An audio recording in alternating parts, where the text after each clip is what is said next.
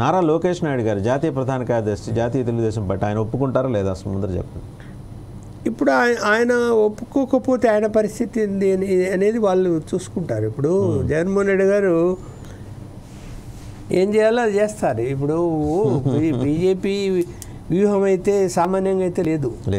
ప్రాంతీయ పార్టీల విషయంలో ఇప్పుడు ఏ విధంగా అయితే కాంగ్రెస్ మీరు నమ్మరు, తెలంగాణ ఎన్నికలు మన అసెంబ్లీ ఎన్నికలు జరిగినప్పుడు కేసీఆర్ మళ్ళీ తిరిగి ఎక్కడ అధికారంలోకి వస్తాడో అని 42 నియోజకవర్గాల్లో బీజేపీ ఓట్లని కాంగ్రెస్ పడ్డాయి. మీరు నమ్ముతారా? రైట్. అంటే వాళ్ళ వ్యూహం ఏంది?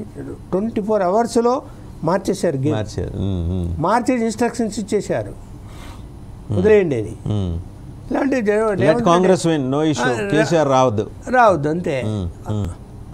ఇప్పుడు ఇద్దరు శత్రువు ఎవరు అనుకున్నప్పుడు బలమైన శత్రువు ఎవరు దాన్ని చూస్తారు, ఎవరైనా చూస్తారు కదా. రాజకీయ ఇప్పుడు ఒకప్పుడు వాజ్పేయి గారు అద్వానీ గారి పీరియడ్ కాదు ఇప్పుడు.